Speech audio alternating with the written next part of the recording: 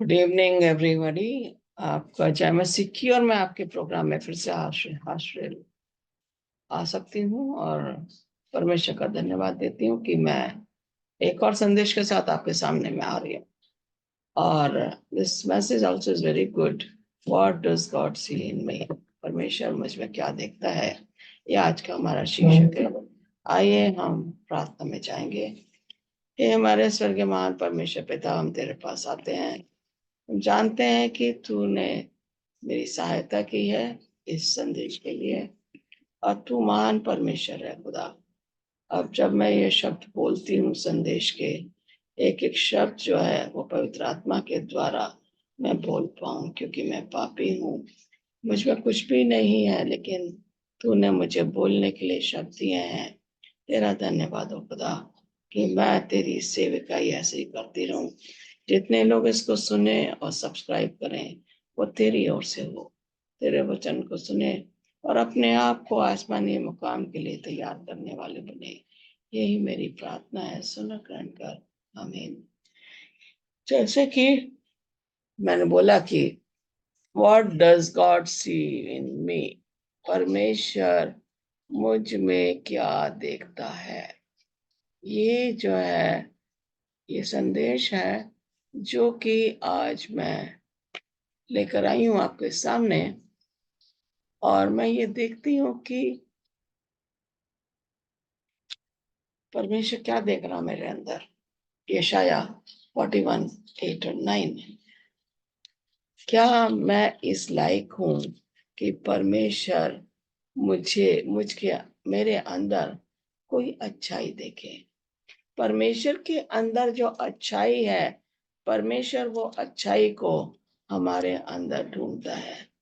Something that God wants to see in us is that what God has in us. God sees Himself in us. And therefore, we have the message today.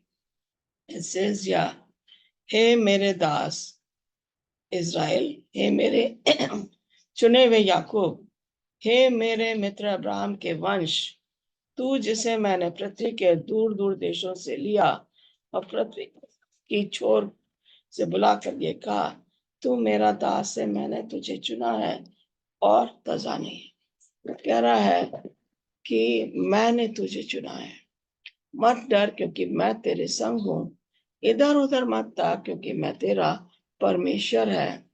मैं तुझे दृढ़ करूंगा और तेरी सहायता करूंगा। अपने धर्म में दाहिने हाथ से मैं तुझे संभाले रखूंगा।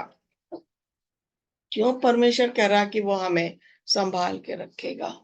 क्योंकि उसने हमें चुना है। यहाँ पे हम देख रहे हैं, for God has not given us a spirit of fear, but of power and of love and of sound mind. परमेश्वर ने हमें भय की नहीं, पर सामर्थ और प्रेम और संयम की आत्मा दी है। Why God is giving us this? We are sinners, but God has chosen us, and therefore He has not given us the spirit of fear. He has given us the power, love, and sound mind. उसने हमें एक अच्छा दिमाग दिया है, हमें प्यार करना सिखाया, हमें संयम दिखाया है, हमें उसने भय करना नहीं सिखाया। Therefore, God is what? He is a God of power, God of love, and God of sound mind. जो परमेश्वर में है वही चीज वो हमें देखना मांगता है। हम यहाँ देखते हैं, be sure of this, I am with you always, even to the end of the age. यहाँ पे लिखा हुआ है, ये आप जान लो और उन्हें सब बातें जो मैंने तुम्हें आज्ञा दी हैं मानना सिखाओ, और देखो मैं जगत के अंत तक तुम्हारे संग हूँ। हम कह परमेश्वर कह रहा है, ये बी श्योर ऑफ दिस, वो हमें अश्योरेंस दे रहा है, वो हमें दिलासा दे रहा है। क्या है उसकी दिलासा? है आई am with you always. It is I M, मैं तुम्हारे साथ हूँ। मैंने तुम्हें आज्ञा मानना सिखाया और देखो मैं जगत के अंत तक तुम्हारे साथ हूँ. God is with us till the end of the age. As long as we are living, God is with us. As long as we serve Him, God is with us. As long as we see God is a God of love, and so God is with us.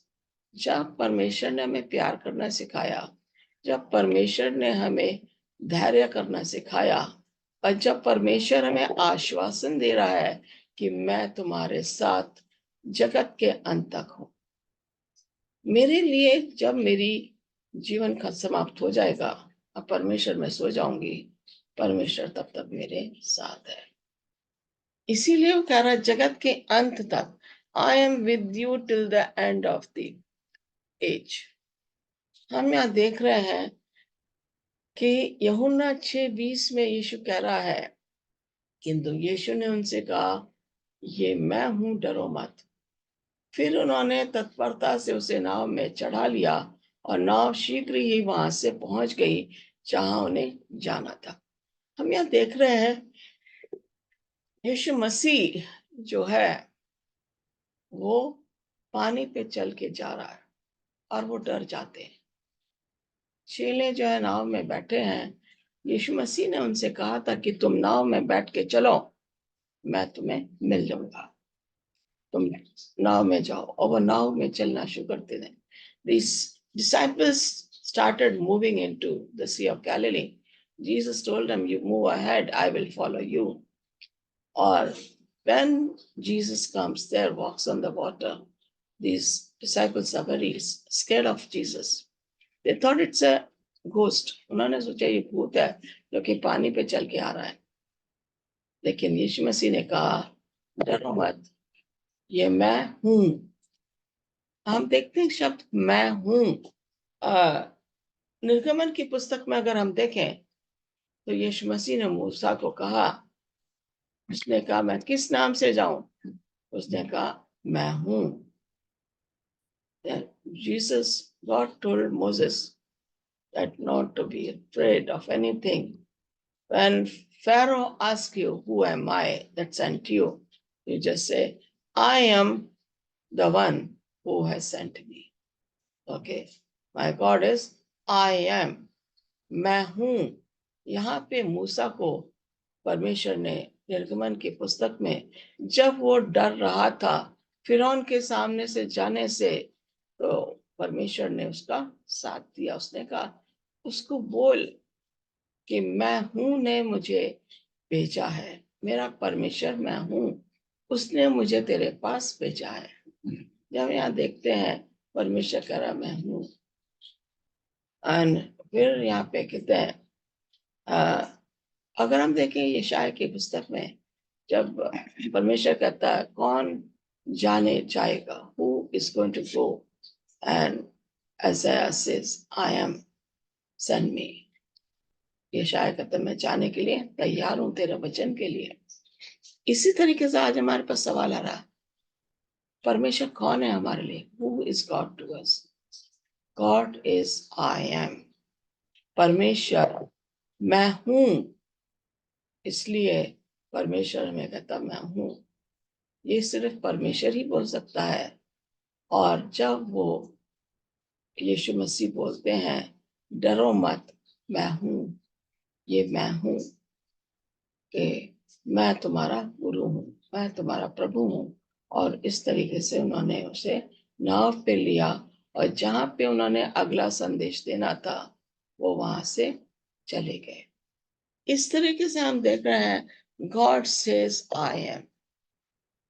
और यहाँ पे लिखा है इब्रानियों 13:5 में, तुम्हारा स्वभाव लोभ रहित हो, जो तुम्हारे पास है उसी पर संतोष किया करो, क्योंकि उसने आप ही कहा है कि मैं तुझे कभी ना छोड़ूंगा और ना कभी त्यागूंगा.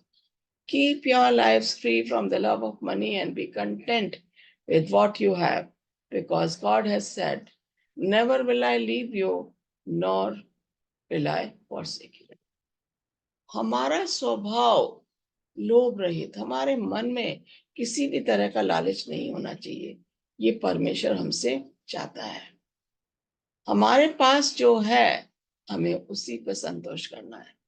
पहली चीज, हमें लालच नहीं करना है, ये 10 आज्ञाओं में भी हमें बताया गया। दूसरी चीज, जो हमारे पास है उसी पर संतोष करना है। अगर हम ये दो चीजों को अपने मन में रखें तो उसने कहा है, मैं तुझे कभी नहीं छोड़ूंगा और ना त्यागूंगा। छोड़ना और त्यागना दो चीजें हैं। छोड़ना है कि हम थोड़ी देर के लिए छोड़ के चले जाते हैं। बच्चे घर में हैं, वो कहते बेटा मैं अभी आ रहा हूँ, इसके लिए हम थोड़ी देर के लिए उन्हें छोड़ रहे हैं। अगर एक पति अपनी वाइफ को और बच्चों को छोड़ के जा रहा है तो वो उसे त्याग रहा है। What is the thing? Never will I leave you, never will I forsake you.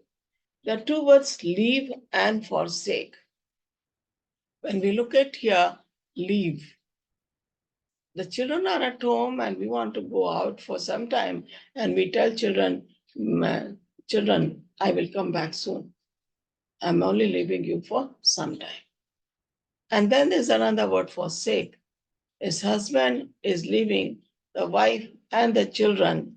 He is forsaking them because he is saying, I'm leaving you, I will never come back.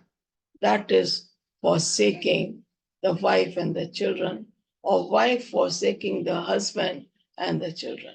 Therefore, God says, keep your lives free from the love of money. पैसे के लाभ नहीं करो, लोभ मत करो। जो भी तुम्हारे पास, whatever you have, you must be satisfied with that. लेकिन हम ये देखते हैं कि गेहासी ने क्या करा, उसके मन में लालच आया और उसने नामान से कपड़े भी ले लिए और सोने चांदी की चीजें भी ले ली, और फिर इलाइशा के पास आके उसने झूठ भी बोल दिया। लालच जो उसने किया था, उसने सोचा इलाइशा उसको नहीं जानता और इसलिए वो झूठ बोल दिया। जब वो लालच उसने किया तो इलाइशा ने उसे कहा, जो कोढ़ नामान का था वो तुझे हो जाए। और पूरा परिवार वो लालच के कारण उसी में उसको मारना पड़ा। When we look at the life of Gehazi, the servant of Elisha, he had covetousness in his heart. He wanted the garments and things which Naaman had brought. He went to him and he got it, thinking that Elisha will not know what he has taken from Naaman. But as soon as he comes in front of Elisha, he tells him a lie. And Elisha tells him, what leprosy Naaman was suffering, you will get that. And he died. The whole family died due to leprosy. This was the result of having covetousness in our heart. Okay, love of money. Love of money killed also Ananias and Sapphira in the book of Acts. ये जो प्यार था पैसे का, जो अनायास और सफीरा ने बचा के रख लिया था जमीन बेच के, वो पैसा जो था उनको उसी समय उनको अपनी जान से हाथ धोना पड़ा। वो लालच जो है उन्हें कहाँ ले गया, मौत की सजा मिली। इसलिए परमेश्वर कहता है कि do not have love of money but B content with what you have. वो कहता है कि तुम्हारे पास जो है उसमें तसल्ली करो, क्योंकि जब भी तुम्हें किसी चीज की जरूरत पड़ेगी, I will give you. Whenever you need anything, you ask me and I will give you. Never will I leave you nor forsake you. जब मैं तुम्हें छोड़ूंगा नहीं, ना तुम्हें त्यागूंगा, तो तुम्हें लालच करने की क्या जरूरत है? तुम्हें हर चीज में तसल्ली करने की आवश्यकता है। ये यीशु मसीह बता रहा है कि हमें क्या करना चाहिए। मैं जानता हूं कि तू सब कुछ कर सकता है और तेरी युक्तियों में से कोई नहीं रुकती। अय्यूब 42। तो यहाँ पे अय्यूब को हम हाल देखते हैं। I know that you can do everything and that no thought can be withheld from you. Ayyub के पास जो था सब कुछ चला जाता है। He lost everything, his daughters, his sons, his wealth, his even the wife also cursed him. She says, curse God and die. But Job has not left his trust on God. He had immense faith in God. He says, I know that you can do everything. मुझे मालूम है कि परमेश्वर सब कुछ कर सकता है. तेरी युक्तियों में से कोई रुक नहीं सकती. जो तेरे प्लान्स हैं वो ही पूरे होने हैं. ये अय्यूब जो परमेश्वर का भक्त है, a man of God who was always worshipping after the children had their feast together and sacrificing. He says, I know God, you can do everything and your plans will not stop.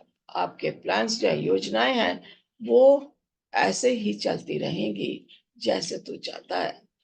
और वो उसे विश्वास था कि ये जो उसके ऊपर जो परेशानियां हैं, ये जो उसके पूरे बॉडी में थोड़े से हो गए हैं, ये थोड़े समय के लिए है. ये परमेश्वर की योजना है. इसमें जो परमेश्वर ने ये किया है उसमें भी कुछ अच्छा होने वाला है. और हम देखते हैं उसके विश्वास के द्वारा परमेश्वर उसे चंगाई देता है और शैतान की हार होती है. जितना उसके पास पहले था उसको डबल 42वें अध्याय के अय्यूब में अगर हम देखें उसको उसका डबल हिस्सा मिल जाता है. ये है विश्वास. ये है जब हम जानते हैं कि परमेश्वर मेरे लिए क्या कर सकता है. मेरा विश्वास परमेश्वर में. What does God see in me?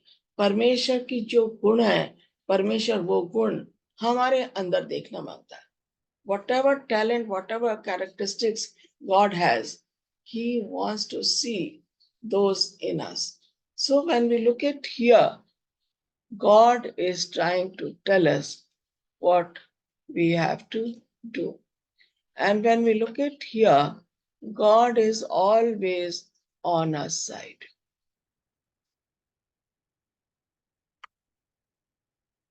कहाँ पे लिखा हुआ है? इफिसियों 3:20.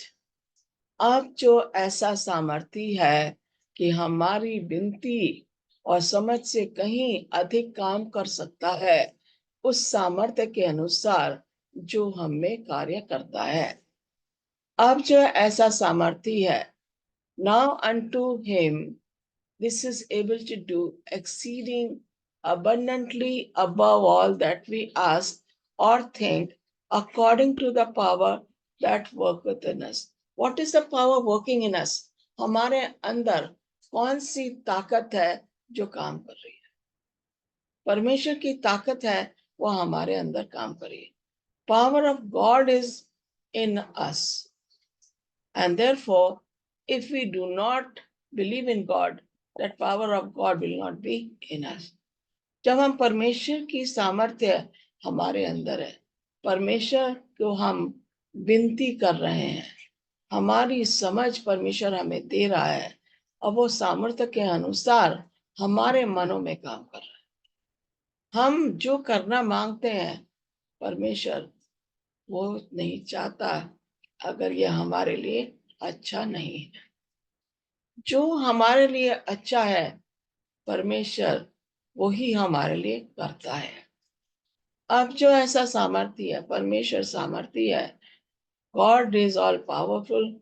God is present everywhere, and God was present yesterday, today, and forever. And that power which God has, He is using that power in us, and therefore we don't need to be fearing anybody except trusting God in heaven. This is what God wants us to be. Then it says, our God is in heaven. He does whatever He pleases. हमारा परमेश्वर तो स्वर्ग में है, उसने जो चाहा वही किया है. हमारा परमेश्वर कौन है? इस दुनिया का सृष्टिकर्ता, इस दुनिया का बनाने वाला, हमारा उद्धारकर्ता, और अपने बेटे को हमारे लिए कुर्बान किया क्रूस पे और तीसरे दिन उसको जिंदा भी किया. ये हमारा परमेश्वर है जो आसमान में है. वो जो चाहता है वो हमसे वही करवाता है. हम देखते हैं कि परमेश्वर क्या चाहता हम उसके लिए करें. हम देखते हैं कि परमेश्वर क्या चाहता है कि हम उसके लिए करें। परमेश्वर ये चाहता है कि हम उसके विश्वास में बने रहें। परमेश्वर ये चाहता है कि जो हमारे पास समय है वो समय परमेश्वर की सेविकाई में लगाया जाए। परमेश्वर ये चाहता है कि जब भी हम उससे कुछ मांगते हैं विश्वास में, वो हमारी प्रार्थनाओं का जवाब देता है। तो परमेश्वर जो स्वर्ग में है, जो वो चाहता है वो अपने लोगों से करवाता है। हम यहाँ देखते हैं कि परमेश्वर कितना महान है, जो हमसे वही काम करवाता है जो हमारे लिए अच्छा है। मलाकी 3:6 में लिखा है, क्योंकि मैं यहोवा बदलता नहीं। इसी कारण है याकूब की संतान, तुम नाश नहीं हुई। I am the Lord and I do not change. मैं परमेश्वर हूं। जब इस जमीन की सृष्टि हुई परमेश्वर था। जब लोगों ने बुत परस्ती में चले गए और नूह का फ्लड आया, परमेश्वर तब भी था। परमेश्वर कल भी था। परमेश्वर आज भी वही परमेश्वर है जो कि वो इस दुनिया की सृष्टि के समय था। परमेश्वर कल भी वो रहेगा जो वो इस दुनिया की सृष्टि के टाइम पे था। इसका मतलब यह है कि परमेश्वर सेम है। फिर आदमी क्यों बदल जाता है? Why does man change himself when God doesn't change? क्योंकि मैं यहोवा बदलता नहीं। God says I never change. I was same yesterday, I am same today, I will be same tomorrow. इसी कारण हे याकूब की संतान, तुम नाश नहीं हुई। Because I am same, Jehovah, I did not destroy you. मैंने तुम्हारा सत्यानाश नहीं किया। Because I am same. But we people living on this earth, we keep changing. हम अपने आप को बदलते रहते हैं। कभी अच्छाई के लिए बदलते हैं, कभी बुराई के लिए बदलते हैं, कभी बदला लेने के लिए बदलते हैं, कभी किसी को दिखाना मांगते हैं कि हम सबसे बड़े हैं। कभी हमारे अंदर घमंड आ जाता जो हमें बदल देता है। कभी अंदर हमारे अंदर गुस्सा आ जाता जो हमें बदल देता है। We keep changing because of our behavior. When we go away from God, there is change in our life towards negativeness. When we come back to God, realize our folly, and repent and ask for forgiveness, we have the positive attitude in us which God wants us to carry on. But then, man is living in sin. हम पाप में रह रहे हैं, इसलिए हम बदलते रहते हैं। परमेश्वर धर्मी है, वो अधर्मी नहीं है। हम अधर्मी हैं, इसलिए हम बदलते हैं। परमेश्वर धर्मी है, इसलिए वो नहीं बदलता। परमेश्वर इस जग का सृष्टि करता है, इसलिए वो नहीं बदलता। परमेश्वर न्याय करता है, इसलिए वो नहीं बदलता। So God never changes and his judgement is same, true and good for each one of us. So therefore, we should know, if God is not changing, why should I change myself? But this is happening. We don't think about God, we think about ourselves. हम परमेश्वर के बारे में नहीं सोचते और अपने आप में परिवर्तन ले आते हैं, लेकिन हमें ऐसा नहीं करना है।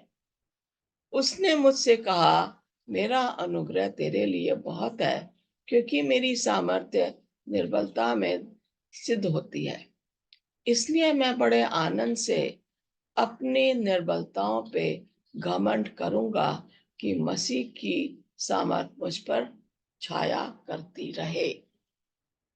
And he said unto me, my grace is sufficient for thee. मेरा अनुग्रह तुम्हारे लिए काफी है। For my strength is made perfect in weakness. जब मैं कमजोर होता हूं तो मैं एकदम मजबूत हो जाता हूं, परमेश्वर में दृढ़ हो जाता हूं। Most gladly therefore will I rather glory in my infirmities. मैं अपनी कमजोरियों में मैं परमेश्वर की महिमा करता रहूंगा या करती रहूंगी। That the power of Christ may rest upon me. परमेश्वर की जो सामर्थ्य है मुझ पे पड़ी रहे, उसकी छाया मुझ पर बनी रहे। दूसरा करंथियों 12:9। परमेश्वर का अनुग्रह है क्या? Do we need the grace of God? Yes, definitely we need the grace of God. Do we deserve the grace of God? क्या हम परमेश्वर के अनुग्रह के लायक हैं? नहीं, हम नहीं हैं। लेकिन परमेश्वर फिर भी अपना अनुग्रह हम पे डालता है, क्योंकि हम उसके चुने हुए लोग हैं। Because we are the chosen people of God, therefore he says, my grace is sufficient for thee. क्योंकि हम चुने हुए लोग हैं, इसलिए परमेश्वर कहता है, मेरा अनुग्रह तुम्हारे लिए काफी है। हम कमजोरी हालत में परमेश्वर हमें दृढ़ करता, मजबूत करता है। इसलिए यहाँ पे पौलुस कहता है कि मैं बड़े आनंद से अपने निर्बलताओं पे घमंड करता हूँ, अपनी कमजोरियों पे मैं घमंड करता हूँ, क्योंकि मसीह की सामर्थ्य मुझ पर छाया करती है। God has given me refuge and his power rests upon me, and therefore in my infirmities I am glorifying God.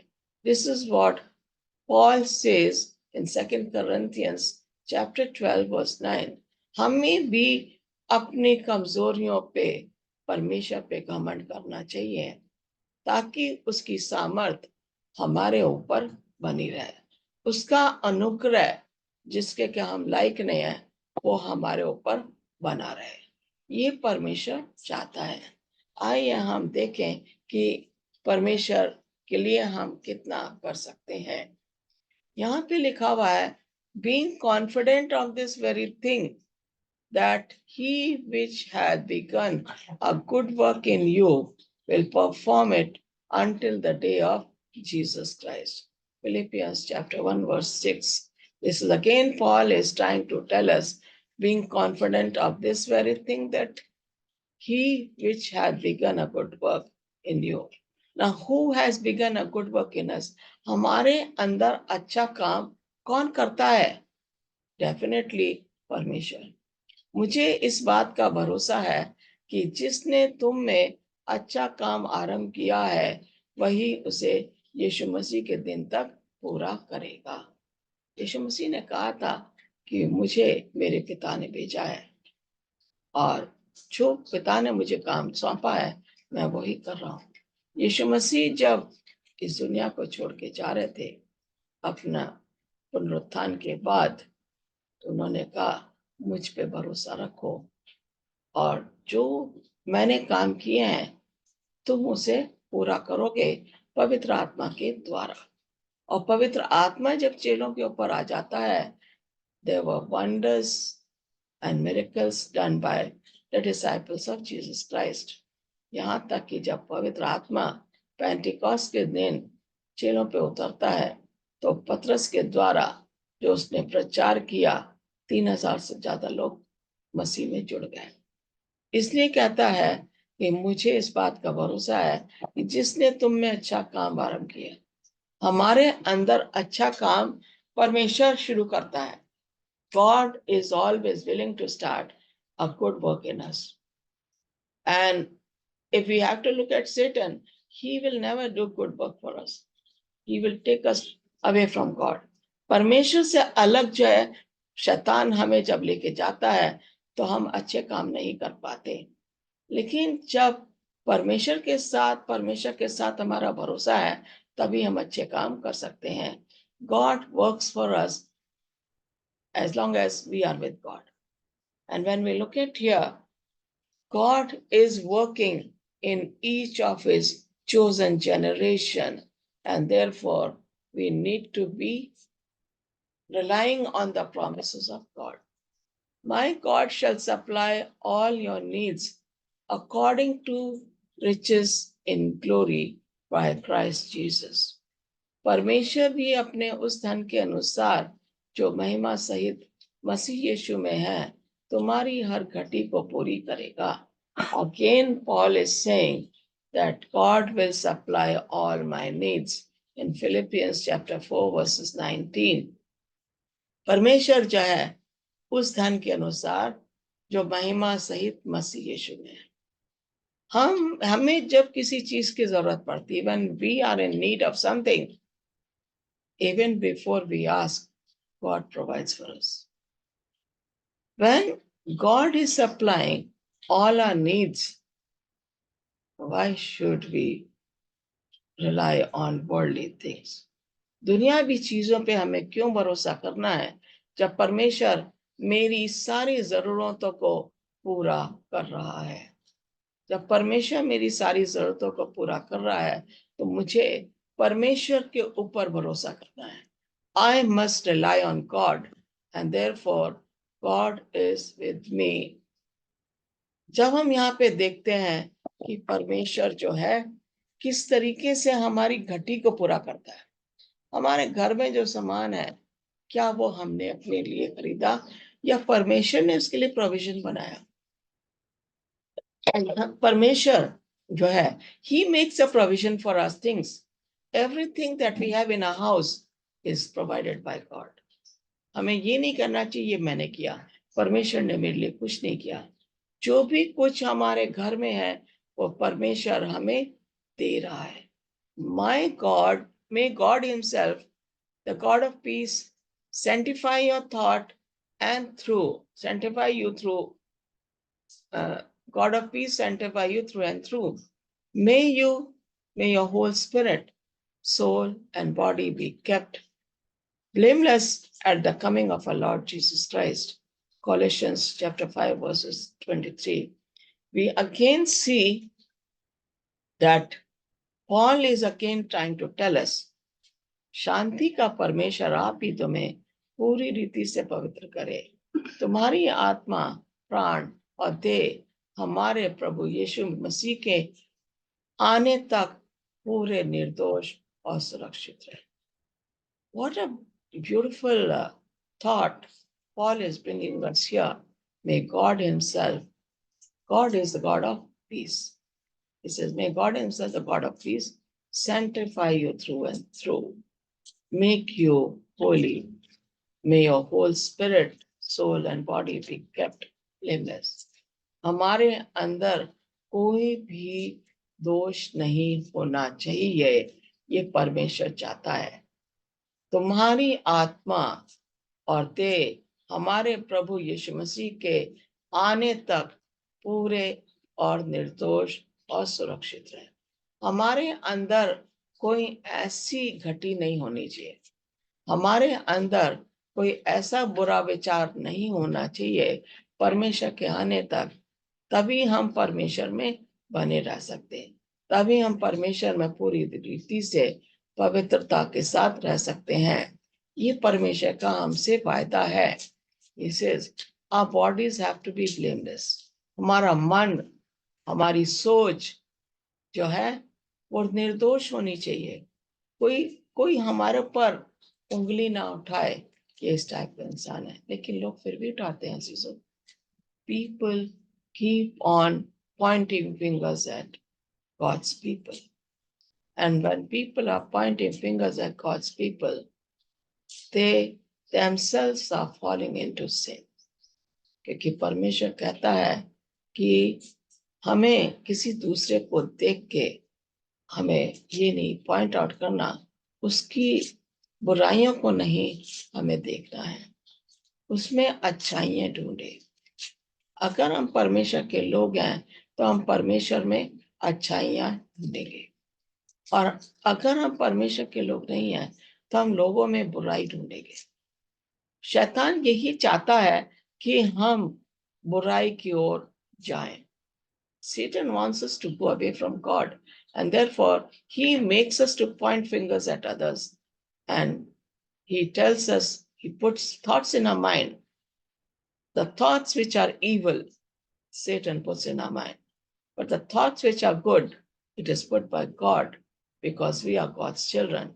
We are the chosen generation of God. Then why should we be away from God? Let us keep on praising God, because God is the God of peace. God has kept us safe. God has given us His grace. परमेश्वर ने अपना अनुग्रह हमारे पे उंडेला। परमेश्वर कहता है कि जो तुम्हारे पास है उसी में तुम संतुष्ट रहो। परमेश्वर चाहता है कि हमारे अंदर कोई दोष ना हो, क्योंकि हम परमेश्वर की चुनी हुई कलीसिया है। परमेश्वर आप सबको सही सलामती से आशीष देता रहे, क्योंकि यही परमेश्वर के लिए सही है। आइए प्रार्थना करेंगे। हे हमारे स्वर्गीय महान परमेश्वर, फिर से हम तेरे पास आते हैं इस पैगाम के साथ। थैंक यू गॉड, क्योंकि तूने मेरी सहायता करी है। मैं चाहती हूँ अगर जो भी कोई बीमार है उनको चंगाई बख्श दे, ताकि वो चंगे होके तेरे नाम की गवाही दे सके। उनके परिवारों को आशीषित कर। ज्यादा से ज्यादा लोग इस वचन को सुने, देखें और समझें और इसको सब्सक्राइब करें। मैं चाहती हूँ कि तू उनके मनों को छुएगा, ताकि वो ये जो सेविकाई का जो मैसेज है, जो संदेश है, वो दूसरे लोगों तक पहुंचने वाला बने और लोग तुझे जो है महान कहने वाले बने, तेरी महिमा स्तुति करने वाले बने। हम पापी लोग हैं, हमारे पापों को क्षमा कर और हमें नए सिरे से हमारी जिंदगी हम पर चलते चले जाएं और तुझ में बने रहें। यही मेरी प्रार्थना है, सुनो ग्रहण कर। आमीन। God bless you. I will be again after some time come back with my next message. God bless you.